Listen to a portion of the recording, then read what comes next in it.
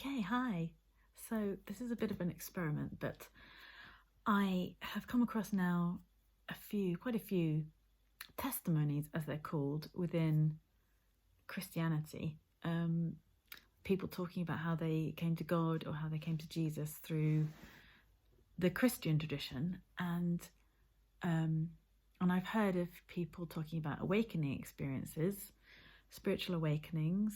I guess mainly quite well-known spiritual teachers. So there's some of those accounts or stories that I'm aware of, like sometimes dark night of the soul experiences, which can be quite sort of profound. Well, can be quite profound is an understatement. Are profound and dramatic in a sense. Yeah.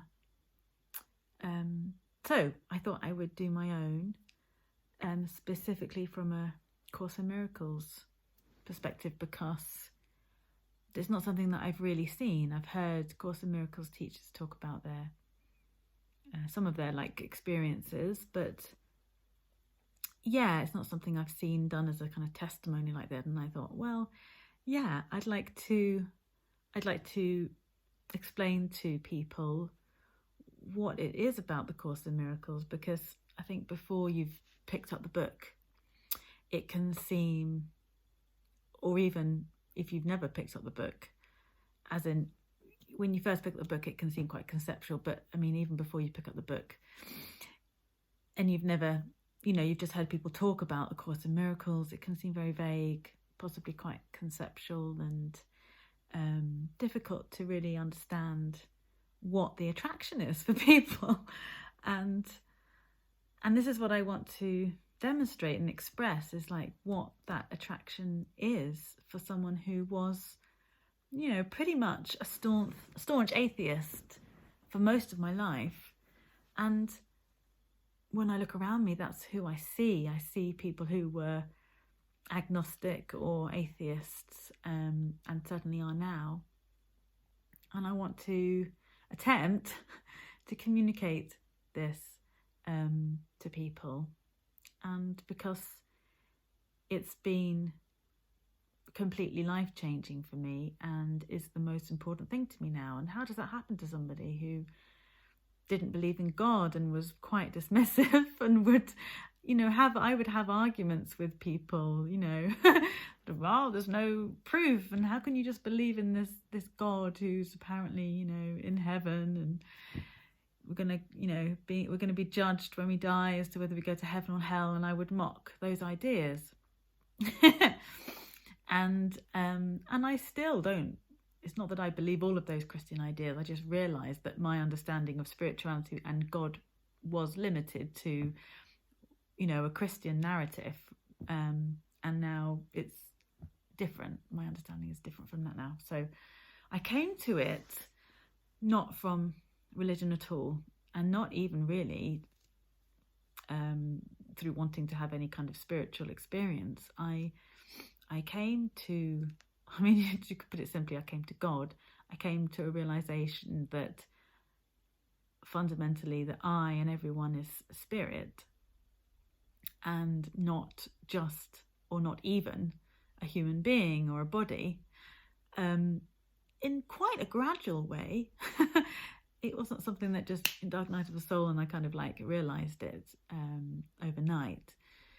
So in a sense, because it's gradual, I think perhaps more relatable for people, that I was a psychologist, and I was very interested in techniques like mindfulness, which you can think of as meditation without any kind of religion or spirituality, because I saw, in my own experience, but only limited, and also in others' experience, what the benefits could be of something like mindfulness.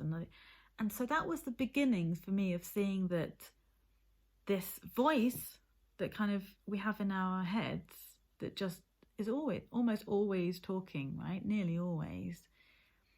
But actually, not only is it can have quite a negative, repetitive nature, but also quite inconsistent and and that it says things that I know not to be true because it will change its mind, for example, that voice. And I say that personal I, changes its mind and I started to see isn't entirely trustworthy, and that when you stop listening to that voice, you stop identifying with it and you stop attaching to it, then you can experience peace. And I started to see how that worries and anger and sadness and difficult emotions that are part of the human condition, a large part of those were actually being constructed by myself within my own mind and had very little to do with what was actually happening, to external reality. And also CBT, cognitive behavioural therapy, starts to bring in these sorts of ideas because you look at your thoughts and what the underlying core beliefs might be. So, for example, often, so many times when I was working with people, I would see such a theme, that this underlying core belief that they would identify for themselves through the structure of CBT was, I am unworthy, I am unlovable. These fears. And even if that's not something that they're aware of all the time, it's like when things happen, and there's some sort of, let's say, disruption to life, and that could be anything. It could be exams, or it could be parents getting divorced, or it could be them getting divorced themselves, or any number of experiences that people can go through day to day, but quite difficult experiences that we all go through at some point or another. These kind of negative core beliefs could then come to the surface, but actually these core beliefs you see are driving everyday behaviour, even when there aren't things going wrong. So, for example, someone looks at you a certain way on the street and how you interpret that, for example, just as a very simple one. So CBT and mindfulness started to get me interested in this principle that seemed really quite profound, that a lot of our pain and suffering and discontent even is a function of the thoughts that we're having. And then if you stop believing in those thoughts, even for a moment, you can experience relief from them. Anything from relief to actually quite profound peace. Yeah, so it was having a difficult experience within the world. My relationship with my son's dad broke up in about 4.5 years ago when he was 9 months old. And I can remember, with all my psychological training, I was just in devastation and I couldn't help myself. And and I ended up Googling something like, I can't remember exactly what I Googled for, but I Googled something like how to deal with suffering, or how to find relief from suffering. And this YouTube video popped up that had quite a lot of likes, and so it was kind of like up on the on the YouTube feed, and from this guy Noah Elkreef. And I thought, I wasn't really in a place to be discerning or not, but because it kind of had a mindfulness meditation slant, and it was talking about disbelieving your thoughts, then because I already had some of that awareness, it appealed to me. It didn't seem strange, so I opened that up, and I spent 3 hours one night when I was on my own just before Christmas, just after my ex had left, and he then had my son over Christmas, just after Christmas, and I was in our family home but on my own without anything or anyone. And I spent like that night just watching video after video after video made by this YouTube's kind of sensation, Noah Elkreef. He has a book as well. That's basically, I think it's like called Your Present Moment. But it's the same idea of just disbelieving your thoughts, just allowing them to come in and then go out. But because I could concentrate on his voice, and maybe that's something that works particularly for me, is like listening to somebody else, I would be focused on his effectively guided meditations and explanations of this process of disbelieving your thoughts. So almost like an intensive guided meditation. Anyway, so listening to those, I didn't just get a kind of relief from the thoughts that I was having in those moments. I actually had an experience of pure bliss, which was entirely unexpected. It was entirely outside my understanding of, or expectations, and it made me start to ask questions like why that happened. And it wasn't so much that I was searching to have that experience. Again, I was just searching to understand.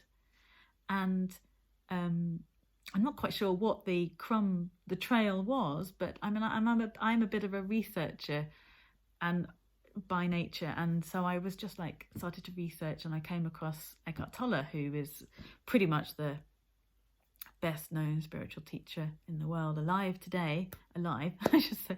And and I read his book The Power of Now, and I had a few experiences reading his book, and I've got some of his others as well. But yeah, having just, when I say experiences, I mean of my mind going completely quiet, because the spiritual pointing was pointing to the fact that voice, that ego voice, isn't who I really am. And when you look back in on yourself at the ego and look at it, you find it's not actually there. There's nothing, you can't find it. And when you stop listening and stop believing, I mean, the voice can carry on doing whatever it's like. It has no power unless you give it power, unless you believe it and take it to be truth. So when I say experiences, it was realizing that when I don't believe that ego voice, I'm left with just what I am. And I'm not the ego. And what I am is always naturally happy, peaceful, loving, joyful. And it's sometimes, I mean, those qualities of what you might say your real self or reality, sometimes, the experience of them, the one will be higher than the other, like graphic equalizer. That's my experience, because I'm probably not, I don't, there's ego that's trying to hold on. So there is some false belief still in me. So, there's a covering up of reality, which means that I don't necessarily fully experience it. And that's the path I'm on now. It's like I want to experience that, and I want to help others to experience it as well, because what could be more important than knowing who you are? And when you discover that who you are is so beautiful, so joyful, peaceful, and loving, you want to experience that all the time, and you want others to experience it as well. And there really is no downside because I've heard, this being expressed. I mean, for example, my mum, when I've told her about these experiences, she worries about, isn't it self-indulgent almost to be that happy, or kind of somehow selfish and self-involved, or doesn't it involve a sort of lack of control?